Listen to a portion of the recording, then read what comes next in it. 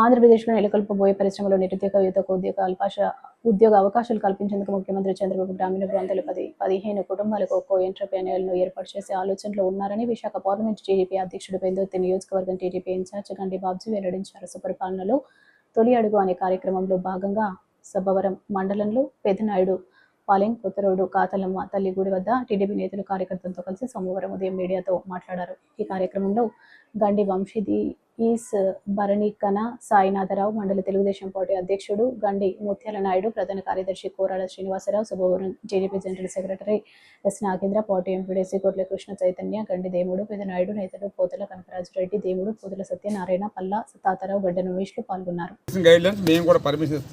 మీరు వెళ్ళండి అని ఏమి లేకుండా మీరు ఇష్టం వచ్చినట్టు హెలికాప్టర్ ఉంది కాబట్టి తీసుకొచ్చి ఇంట్లో పెట్టించుకొని ఎగిరేస్తుంటే అవుతాయే వాలంటీర్ రాసుకొని మళ్ళీ ఏమో ఎండిఓకి ఇవ్వడం, ఎండిఓ శాంక్షన్ ఇచ్చాడు. ఎమ్మెల్యేకి ఎప్పుడైనా గౌరవం ఇచ్చారండి?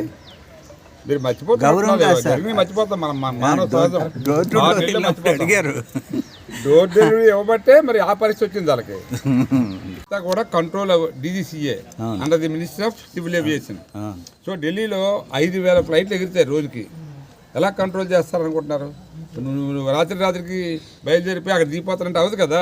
ఏటీసీకి చెప్పాలి, అయ్యా నేను పలానా టైంలో రావాలనుకుంటున్నాను, ఆ స్లాట్లో 8 ల్యాండ్ అవ్వడానికి ఖాళీ ఉందా లేదా, లేకపోతే ఏ ట్రాక్ వాడాలి, ఇవన్నీ ఒక సిస్టమ్. ముఖ్యంగా అతను ముఖ్యమంత్రిగా ఈ రాష్ట్రంలో 5 సంవత్సరాల కాలం పరిపాలించాడు. మరి ఏ రూల్స్ ఎలాగుంటాయో, ఏ పర్మిషన్లు ఎలాగుంటాయో మరి అతను తెలిసి ఉండాలి ఆల్రెడీ. అతనిలాగా చిన్న ధర్నా అన్నా కూడా ఇంట్లో అవసరం చేయడం ఎన్ని సందర్భాల్లో మనం చూసామో మీకు తెలుసు, మాకు తెలుసు. మేమేమి ఎవరు ధర్నాలు చేసుకున్న అవసరస్తులు లేవు, లేకపోతే పోలీస్ ఇంటర్ఫిరెన్స్ లేదు.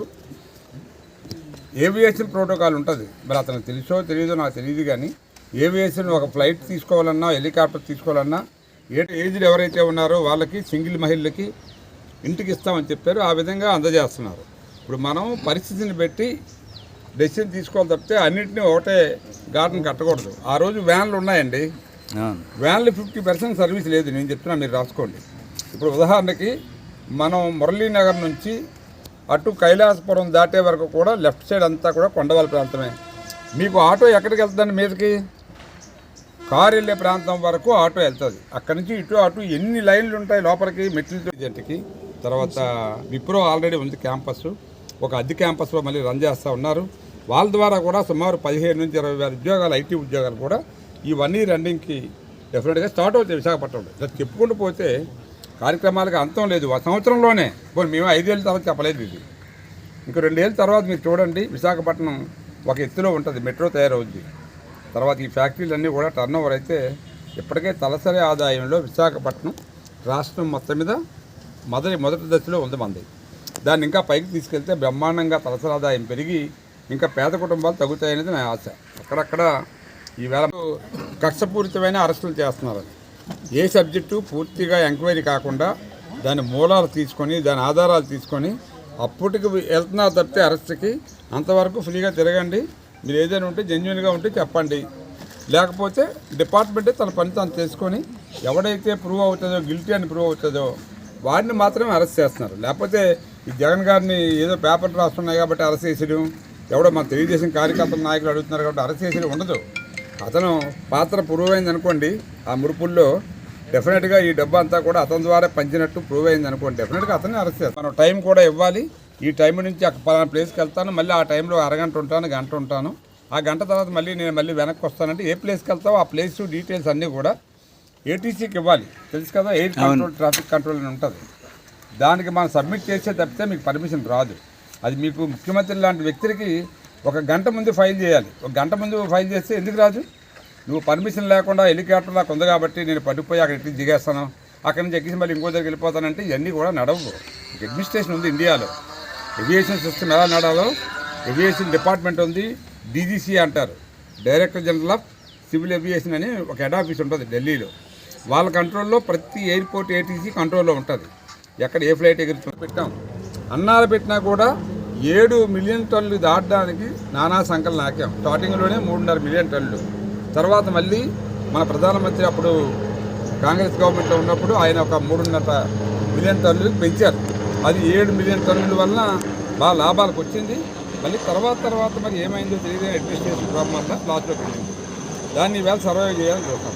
దానికి బదులుగా ఈవేళ ఆర్సెల్మెట్లు అనేవాడు 20 మిలియన్ టన్నుల కర్మాగారాన్ని స్థాపించడానికి ప్లాన్ చేసుకున్నాడు. ఇప్పుడు ఫస్ట్ ఫేజ్లో 10 మిలియన్ టన్నులు పెడుతున్నారు. 15 మిలియన్ టన్నులు అంటే స్టీల్ ప్లాంట్ ఇలాంటివి 2 ఫ్యాక్టరీలు. అంటే ఎంతమంది జనం పడతారో చూడండి. 20,000 మందికి ఈవేళ డైరెక్ట్గా ఎంప్లాయ్మెంట్ వస్తుంది, ఇండైరెక్ట్గా దగ్గర మరో 30,000 మందికి వస్తుంది. అంటే సుమారు 50,000 మంది ఉద్యోగాలు పొందే అవకాశం ఉంది ఈ 1 ఇయర్లో. ఐటీ మరి అదే మనం అదేదో అంటారు, సామెత చెప్తారు, చెప్తే వినగానే ఏదో తిరిగితే ఏడ్చాడు, ఏదో గిల్లితే ఏడ్చాడు, ఏదో సామెత ఉంది. ఇప్పుడు మనోడికి చెప్తే అర్థం కాదు, తెలీదు, మొండిగా వెళ్ళిపోమంటాడు. ఎవరైనా గొడవ ఆగితే ఎంక్వైరీ చేసి చర్య తీసుకోమంటారు చట్టపరంగా. నరికిమంటాడండి ముఖ్యమంత్రి స్థాయి మనిషి. మీరు రపరప నరికేస్తారు. ఇది మనుషులా లేకపోతే ఇదే గవర్నమెంటా లేకపోతే ఏంటి? గవర్నమెంట్ లేదు, ఎవడు ఉంటారో అడ్డుకోవడానికి. కారు కింద పడిన దళితుడిని పక్క లాగి పడేశారు. నేను చెప్పింది అది తప్పు అయితే తప్పు అయిందని చెప్పాలా. నేను చూసుకోలేదు, డ్రైవ్ చేస్తాడు. చాలామంది ఏమంటారంటే కారులో ఉన్నోడికి సంబంధం లేదు కదా, డ్రైవర్కి ఆ సంబంధం. అంటే ఒక రెస్పాన్సిబుల్ వ్యక్తి, ప్రతిపక్ష నాయకుడు నువ్వు హోదా అడిగావు, నీకు అసలు హోదా ఇవ్వడానికే అవకాశం లేదు. కానీ అదేదో కొన్ని గౌరవాలు ఇచ్చారు నీకు కమాండో సెక్యూరిటీ ప్రోటోకాల్ ప్రకారంగా వెహికల్స్ అన్నీ కూడా వదిలి నీకు ఎక్కడికి అన్ని బందోబస్తులు ఇస్తున్నారు కదా. మరి నువ్వు నీ కాన్వాయ్లో చనిపోయినప్పుడు జస్ట్ నీ కట్సి ఎవరు చనిపోనియు, లేకపోతే మన కారు తగలలేదు, వెనకాల కారు తగిలినా ఏం జరిగిందని ఆపి ఎవరికి ఏం జరిగిందో చూడండి, ఇమీడియట్గా హాస్పిటల్కి తీసుకెళ్ళండి, ఏదో కారులో చెప్తారు, కాన్వాయ్ కారులో. ఎవడైనా అది మానవత్వం. అది మీ మనస్సాక్షి చెప్పండి. కాదు, ఇప్పుడు మేము హామీ ఇచ్చాం, 6 సంవత్సరాలు హామీ ఇచ్చాం, 6 పథకాలు. 6 ఈవేళ మీకు చెప్పాం కదా. పెన్షన్ ఈవేళ మీకు తెలుసు కదా, ఆయనలాగా ఏమి వాయిదాల పద్ధతులు ఇవ్వలేదు. రెండోది ఏమిటంటే గ్యాస్ సిలిండర్ ఇస్తామని చెప్పాము మహిళలకి, ఒకటి ఇచ్చాము, రెండోది ఇస్తాము. మూడోది ఏమిటంటే ఈవేళ ఇగో ఈ అన్నదాత కాదు తల్లికి వందనం ఇచ్చాము. అన్నదాత రేపు 10వ తారీఖు తర్వాత డిపాజిట్ చేస్తాం. మహిళలకి ఆర్టీసీ బస్సు ఫ్రీగా అన్నాము. ఆగస్టు 15 నుంచి ఆ పథకాన్ని ప్రారంభిస్తున్నాము. ఇక ఇవి కాకుండా మేము ఇవ్వలేని హామీలు చాలా ఉన్నాయి కాబట్టి అవన్నీ కూడా అమలు చేస్తున్నాం. ఈవేళ ఇంటింటికి ఒక 15 లక్షల కుటుంబాలని ఎంటర్ప్రెన్యూర్స్గా తయారు చేయాలన్న ఆలోచనతో ఒక కంపెనీ, ఎక్కడైతే పెద్ద కంపెనీలు ఉన్నాయో వాళ్ళకి అప్పచెప్తున్నారు. అది రాబోయే 1 ఇయర్ 2 ఇయర్స్లో రిజల్ట్ వస్తుంది. కానీ ఇప్పుడు వెంటనే చేపట్టుకున్నాం కాబట్టి నువ్వు ఇలాగా బిలియనీర్ అయిపోమంటే అయిపోడు కదా, వాడికి ఏదో పని అప్పచెప్తారు. అట్లాగే ఈవేళ విశాఖపట్నంలో ఉమ్మడి జిల్లాలో మీరు రాసుకోండి, జగన్ 2 సంవత్సరాల తర్వాత 8 లక్షల కోట్లు 10 లక్షల కోట్లు వస్తాయని సిఐఏ మీటింగ్ పెట్టి చెప్పాడు. ఒక్కటైనా ప్రారంభించారా చెప్పండి మీరు.